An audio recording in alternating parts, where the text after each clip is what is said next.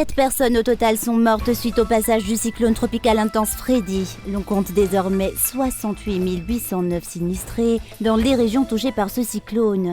7 079 foyers sont encore sous les eaux. Tout de suite, le bilan du BNGRC. Le cyclone tropical intense Freddy est passé au stade de tempête tropicale modérée. Il poursuit sa trajectoire et se dirige vers les côtes, dans le sud de l'île. Plus aucun risque n'est à craindre, le cyclone Enal, quant à lui, ne risque pas d'atterrir à Madagascar. À la une de l'actualité internationale au Nigeria, pour la première fois depuis le retour à la démocratie en 1999, le Nigeria pourrait connaître une présidentielle à 2 tours, alors que la popularité croissante d'un candidat outsider et une pénurie de billets de banque sont venus chambouler la campagne.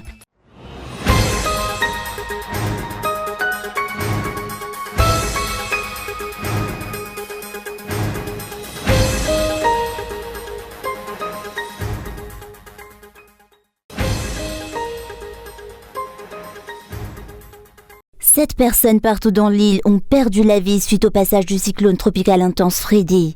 L'on compte désormais 68 809 sinistrés dans les 7 régions touchées par ce cyclone. 3 079 foyers sont encore sous les eaux et 9 696 cases ont été endommagées. 1 206 cases ont été totalement détruites. Tel a été le bilan du BNGRC ce jour à 16h30. Le district de Mananzal figure parmi les zones les plus touchées, mais jusqu'à ce jour, aucune aide à ce district n'est fournie par l'État. Aux dernières nouvelles, il faut attendre l'arrivée du président de la République. Les tôles de notre maison ont été emportées par le cyclone. Nous avions été contraints de fuir et nous nous retrouvons ici jusqu'à ce jour. Aucune aide n'a été fournie par l'État.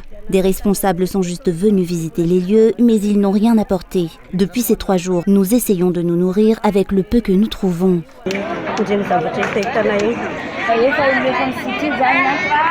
En dépit de ce qui nous est arrivé, nous n'avons rien reçu jusqu'à ce jour. Notre foyer et nos cultures ainsi que les bananes que nous avons plantées ont été détruites. Nous avons tout perdu.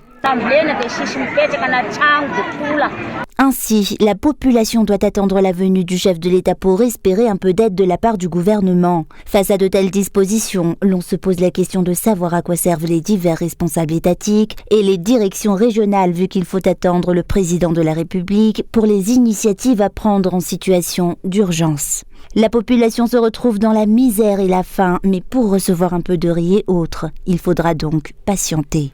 Les aides humanitaires sont déjà arrivées à Mananzal, mais aucune distribution n'est jusqu'à ce jour entamée, selon le maire de cette commune rurale. Les sinistrés de ce district font actuellement face à de grandes difficultés, un cas commun à tous les districts environnants, selon une enquête. Le cyclone Freddy, quant à lui, est passé au stade de tempête tropicale modérée. Ce matin à 9h, il était à 361 km au sud-ouest de Murumbe. Il se déplace avec des vents de 65 km et des rafales de 90 km/h. Il se déplace avec des vents de 65 km/h et des rafales de 90 km/h. Sa vitesse est de 19 km/h. Il poursuit la même trajectoire et se dirige vers les côtes dans le sud de l'île. Plus aucun risque n'est à craindre concernant ce mauvais temps. Le cyclone Enal, quant à lui, ne risque pas d'atterrir à Madagascar. Il devrait se dissoudre en mer d'après le centre de prévision météorologique de la capitale. Les transports régionaux reliant la capitale à la partie sud et la partie sud-est de l'île sont désormais rétablis au niveau du terminus Fassankaran suite au passage du cyclone tropical intense Freddy. Il n'y a désormais plus aucun obstacle empêchant les transporteurs d'effectuer leur travail sur la RN7, explique le président du KMMTF. Les transporteurs redoutent cependant la dégradation apparente des routes nationales et lancent un appel aux responsables pour effectuer les travaux de réhabilitation nécessaires. Dans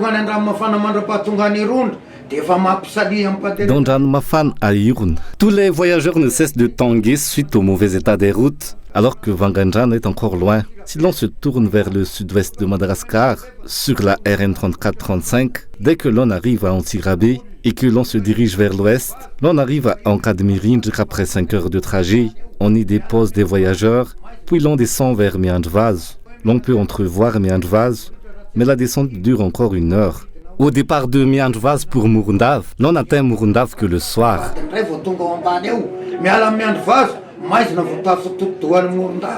Les frais de transport restent inchangés pour les voyageurs. Aucune hausse des prix ne sera observée suite au passage du cyclone tropical intense Freddy, selon les transporteurs régionaux.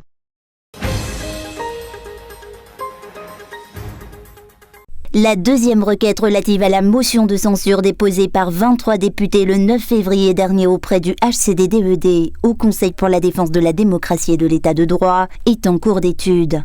Le président de cette institution l'a déclaré ce matin dans ses locaux à Amboïda. La précipitation est mauvaise conseillère. Il vaut mieux étudier sérieusement cette requête avant de prendre une décision.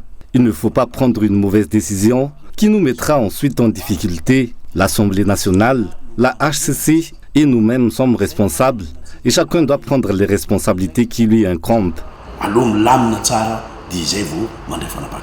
La Constitution prévoit que seuls les chefs d'institution, le quart des membres de l'une des chambres du Parlement, les collectivités territoriales décentralisées, le Haut Conseil pour la défense de la démocratie et de l'état de droit sont habilités à déposer une requête auprès de la Haute Cour constitutionnelle pour vérification de conformité à la Constitution.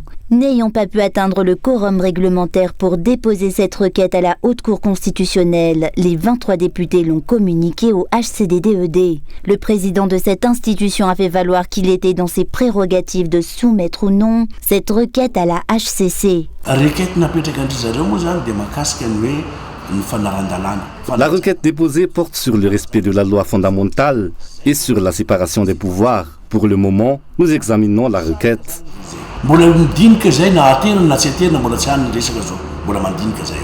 L'annulation illégale de la motion de censure déposée par le pouvoir législatif en décembre dernier est à l'origine de cette deuxième requête.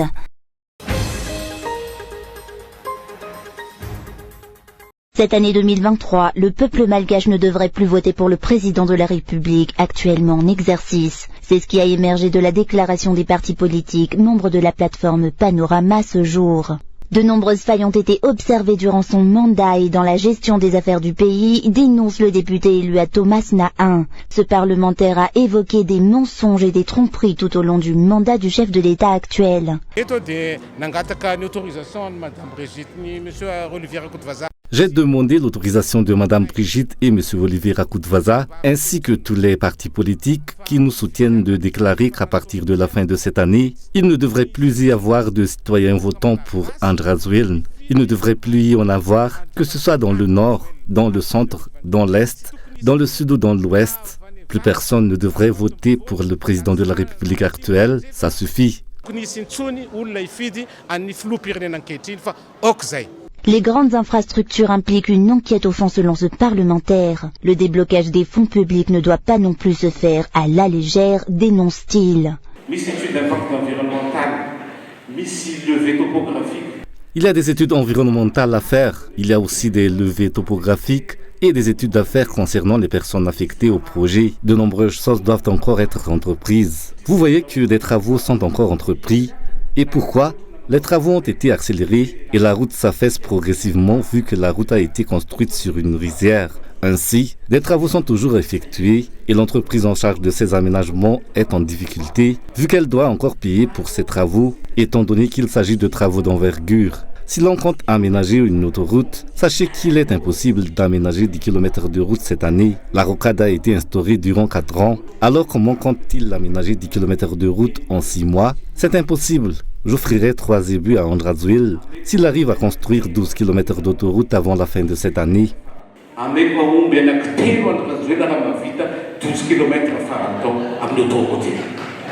La cérémonie de célébration de la nouvelle année du groupe de l'opposition Panorama a été parsemée d'embûches ce matin. Les forces de l'ordre ont empêché les membres de cette plateforme de rentrer dans l'espace privé prévu pour cette célébration. Les dirigeants se perdent à persécuter les opposants et on oublie les actions de développement nécessaires au pays. Dénonce-t-il.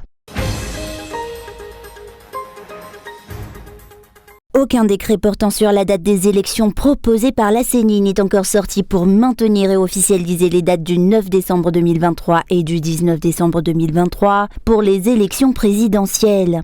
2 conseils des ministres ont pourtant déjà eu lieu après que la CENI ait sorti les dates du premier et du second tour. Aucune autre demande à l'intention de la CENI n'a non plus été émise par les dirigeants.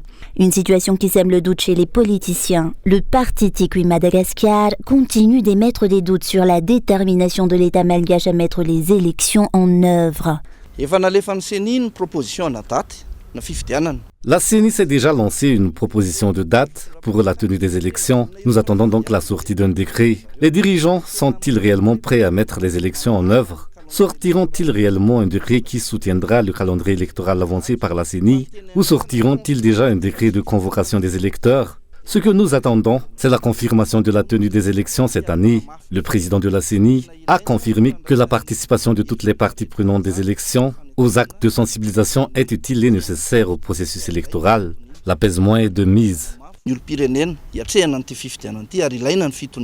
parti TIM a déposé un dossier au niveau de la CENI concernant les différentes entraves auxquelles il doit faire face lors des campagnes de sensibilisation pour l'inscription de tous les citoyens dans la liste électorale.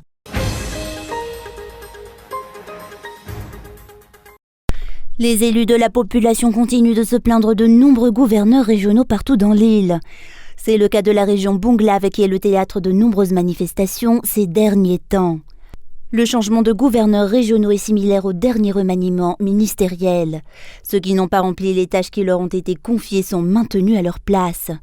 La mise en place de gouverneurs régionaux était à l'origine destinée à mener et à faciliter des actions de développement dans chaque région de l'île. Or, les réalités actuelles sont bien loin de cet objectif, avancent les politiciens.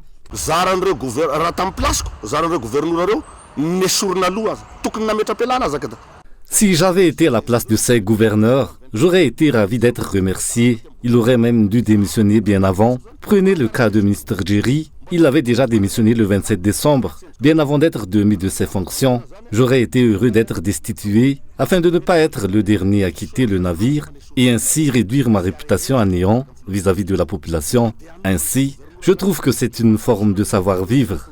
Remerciez le ciel d'avoir été viré. Vous ne serez pas contraint de sombrer avec le président de la République, même s'il compte nommer de nouveaux gouverneurs et qu'il vise probablement des actions de développement. L'on ne peut compter sur aucune forme de développement dans le contexte actuel, vu que l'apaisement politique n'est même pas instauré.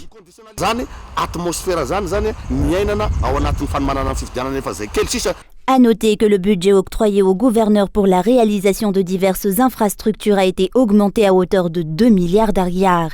Des engins ont aussi été fournis par l'État pour les travaux d'entretien et d'aménagement des routes, mais aucune utilisation de ces matériaux n'est observée. La population aura enfin son mot à dire durant les prochaines élections en maintenant ou non au pouvoir celui qui a été élu par la majorité, explique ce politicien. Les opérateurs économiques de la filière vanille continuent de se plaindre de la mévente de ce produit d'exportation. 15 jours après la réunion qui s'est tenue le 9 février dernier entre 88 opérateurs économiques de la filière vanille et les dirigeants du pays, les ventes n'ont pas évolué. Le retard dans la sortie de l'agrément est l'une des origines des problèmes observés dans cette filière, dénoncent les opérateurs. Il est difficile de négocier avec les collecteurs sans ce document au préalable, selon les explications. Ils soutiennent encore et toujours que la filière vanille doit faire l'objet d'une libéralisation.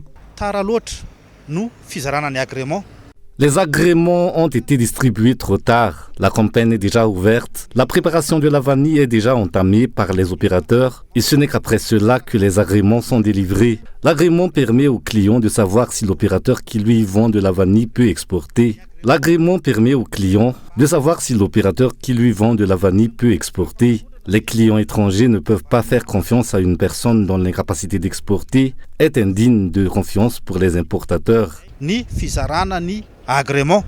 L'autorisation d'exportation ne doit pas devenir un instrument de destruction visant à ruiner les autres opérateurs, explique-t-il. Le produit présenté par les producteurs et les acteurs de la vanille doit néanmoins respecter les normes et la qualité requise.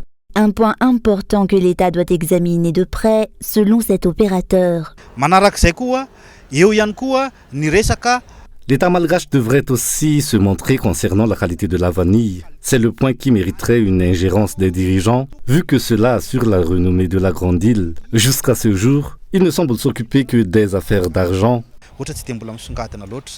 Au cours de cette année d'exportation 2022-2023, Madagascar n'a toujours pas atteint les 10% de l'exportation de l'année précédente, selon le rapport des entrepreneurs. Madagascar avait exporté plus de 2300 tonnes de vanille en 2022, mais cette année, à plus de 3 mois de la clôture de la saison d'exportation de vanille, seules 150 tonnes de ce produit de luxe ont été exportées.